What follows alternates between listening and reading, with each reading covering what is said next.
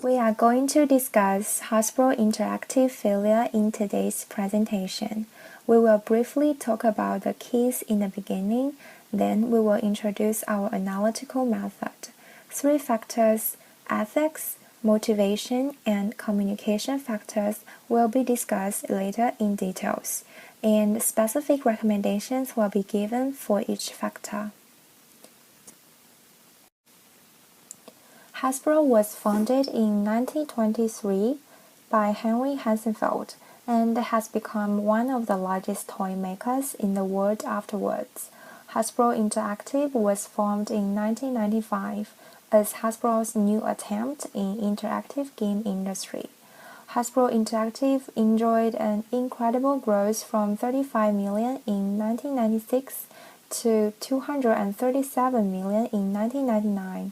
However, in 2001, it was sold to the French software company Infogrames. Let's briefly introduce our analytical method.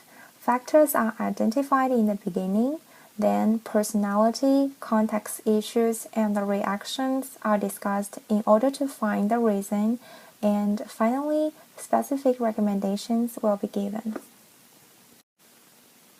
Now let's move to ethic factor. Ethic issues normally come out where personal judgment should be made. There are 2 obvious examples identified in Hasbro Interactive failure. One is changes in sales plan, the other one is accounting treatment of development costs. Let's quickly recap these 2 cases. Ms. Daya changed unmatched sales plan to the forecast based on previous experience, resulting in decrease in revenue figure, which was without doubt unwelcome by Mr. Dunsonbury. Capitalization of development cost was a better choice for Hasbro Interactive, however was denied because of inconformity with other sectors of Hasbro. Mr. Baum and Mr. Dunsonbury supported the idea of capitalization, while Mr. Varrica preferred to be regarded as expense. For both issues, Mr. Dunsonbury stood at unfavorable sides. He began to lose support of other sectors and lose autonomy, which to some extent resulted in his left in the end. Here we are not saying Hasbro make a wrong decision for both issues, and we are not talking about any accounting technical issues. Instead, we are trying to find out why people involved have such attitudes and how Hasbro can make better decisions, balancing interests of all parties in the future.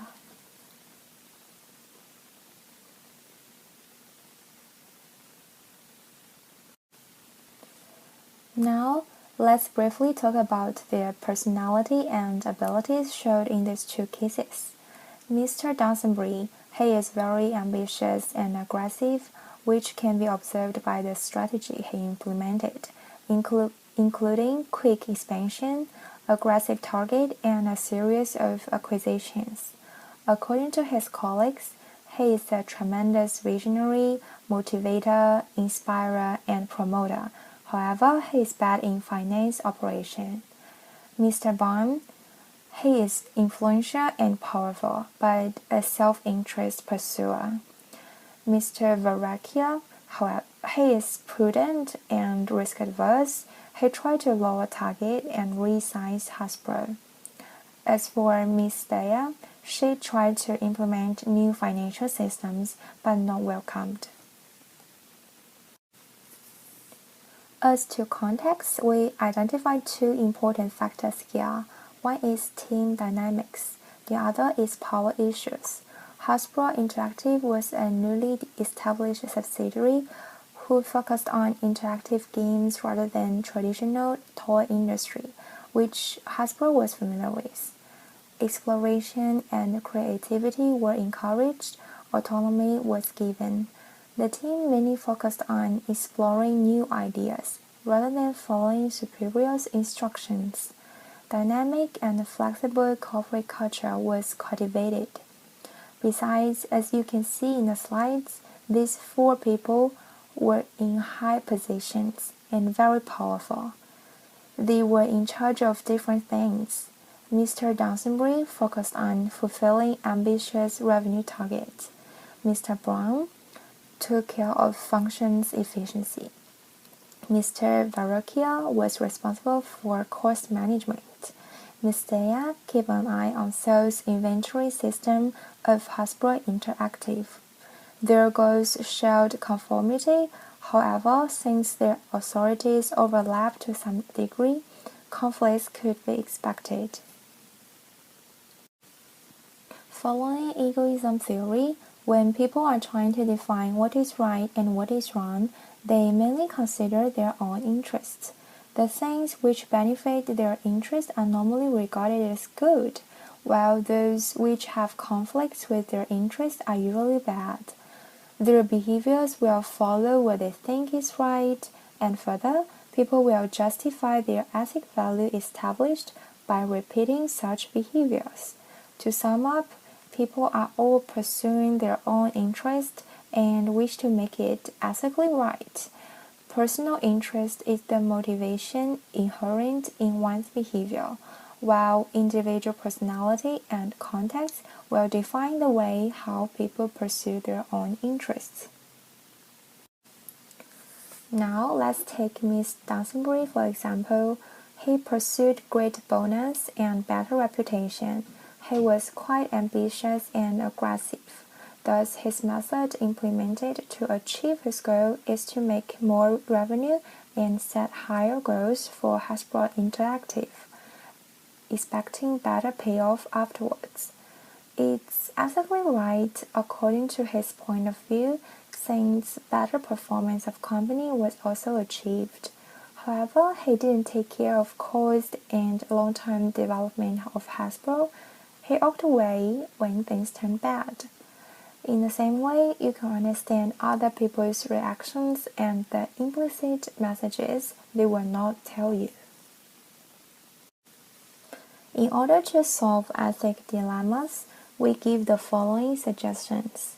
The benefit of Hasbro company as a whole should be given first priority, which serves as the only evaluation criteria where conflicts of interest happen.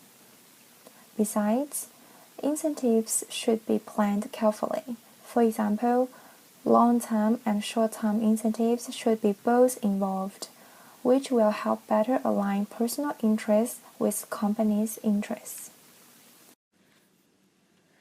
Lack of proper motivation in Hasbro is another critical problem contributing to the downfall. Motivation influences the amount, direction, and persistence of efforts. Because of the improper motivation, employees in Hasbro have become greedy about personal interest, and Hasbro has trouble in either hiring new competent people or retaining existing employees, which finally resulted in the delay of launching Internet game. There are two critical people involved in motivation issue.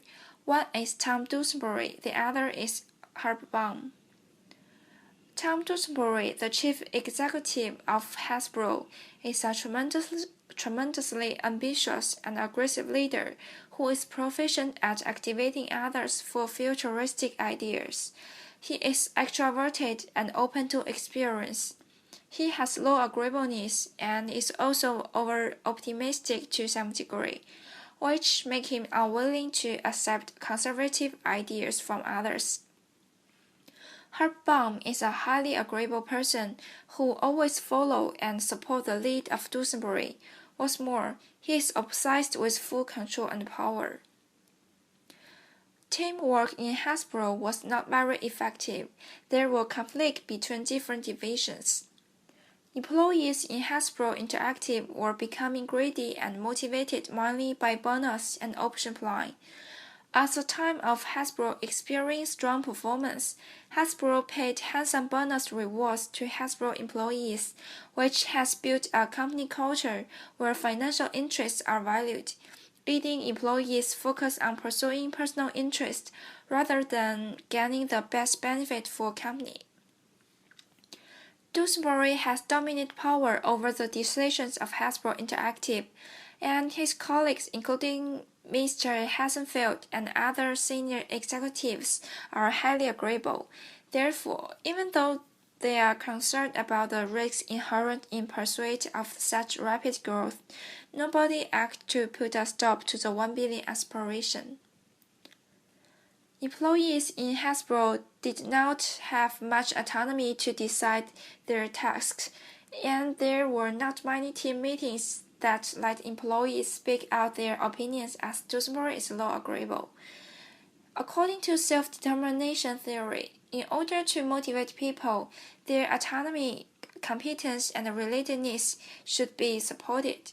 However, because of Duesenberg's dominant power, other managers and employees did have much decision-making power, and thus when company began to experience difficulties, they did not have motivation to help company get through, but rather funding other personal career development. Because of Duesenberg's extreme ambition and over-optimism, he set an unreasonable sales goal of $1 billion. According to goal-setting theory, goals that are specific, challenging, reachable, and accepted by a person lead to higher performance than goals that are fuzzy, unchallenging, not reachable, or not accepted. The unreasonable goal and continued failure result in a lost motivation among the employees. Also, according to expectancy theory, people will be motivated to perform in those work activities that they find attractive and they feel they can accomplish. If rewards are not attractive or people feel that they cannot accomplish the activities that lead to the rewards, that their effort will decrease.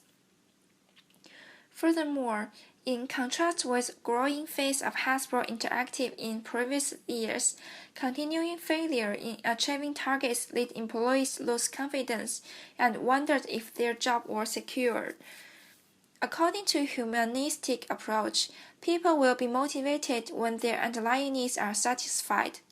Maslow's hierarchy of needs indicates that physiological and safety needs are basis for the needs pyramid and should be satisfied. Employees did not feel safe about their employment, which led to downturn in morale and loss of motivation. Here are some recommendations.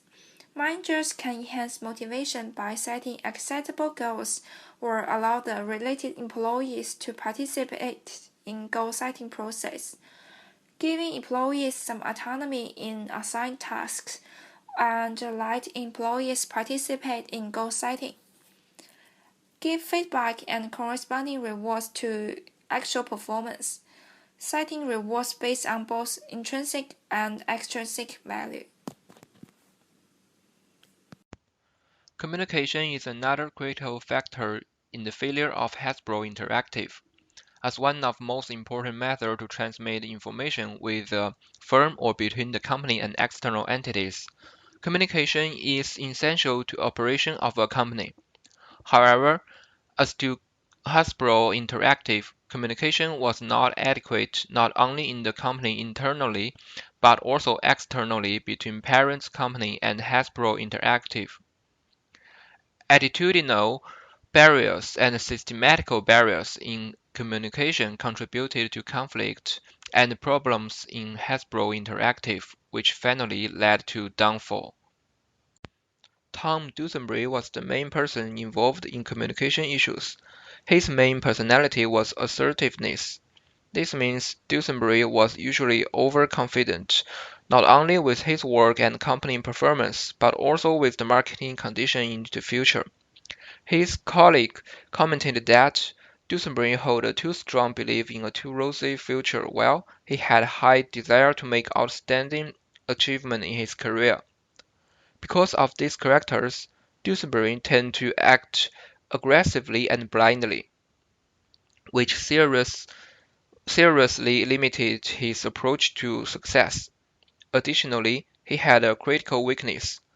Although he devoted his whole career into development in interactive gaming, this was his first time to be a general manager running Hasbro Interactive. This means he did not have much experience in operation and finance of a whole corporation. In Hasbro Interactive, Power was so concentrated that the company was nearly controlled by Dusenberry himself. As Dusenberry hired many outsiders as his management team member, the other executives had little power to make decisions. Even the parent corporate, Hasbro, released power to Dusenberry, which means that there was little control from Hasbro. Consequently, the company was always aggressive in revenue target following Dusenberry's decision. Employees were adapted to comply with Dusenberry's strategy and decision. Even though sometimes they had different opinion, they kept silent because they thought these concerns did not matter very much, and Dusenberry would not be willing to agree with their argument. For external aspect, Hasbro Interactive had total independence and the systematic barriers were high. Due to the little control from parent company, Hasbro Interactive lacked an efficient information system to share or transmit relevant information. For example, conflict occurred on promotion brand selection as a result of lack of adequate communication. Because of his confidence, Dusenberry thought little interaction concerning to brand was required. As a consequence, Hasbro Interactive initiated a monopoly promotion with Burger King, while Hasbro already had this promotion with McDonald's. The manager in Hasbro mentioned that Hasbro Interactive did not feel the need to consult with the parent company because they believed they were good at the brands, even though the parent company had completed research too to make correct brand selection. This resulted in the loss of confidence in Hasbro Interactive. For internal problem, the fact that Dusenberry made all decisions and little communication existed between staffs created some attitudinal barriers. For example, although some managers expressed concern about too rapid revenue growth, Dusenberry still operated aggressively based on his high confidence. When the company had exceeded in budget, employees lost confidence in the company, which led to fall down. Additionally, the new CFO Dea implemented new financial systems even though the new systems did not fit Hasbro Interactive's business. Because there was no efficient communication channel, employees and executives did not make agreement with the new system. Employees saw the new system dampened innovation and resist the change. At the same time, Dusenberry regarded Dea as a divisive influence and described the impact of new systems as a disaster. Finally, employees lost confidence in corporate leadership, which resulted in downfall. To solve the problem about communication, we provide three recommendations. Firstly, Hasbro Interactive must establish effective communication channels such as weekly meeting in Hasbro Interactive and monthly reporting or meeting with Hasbro.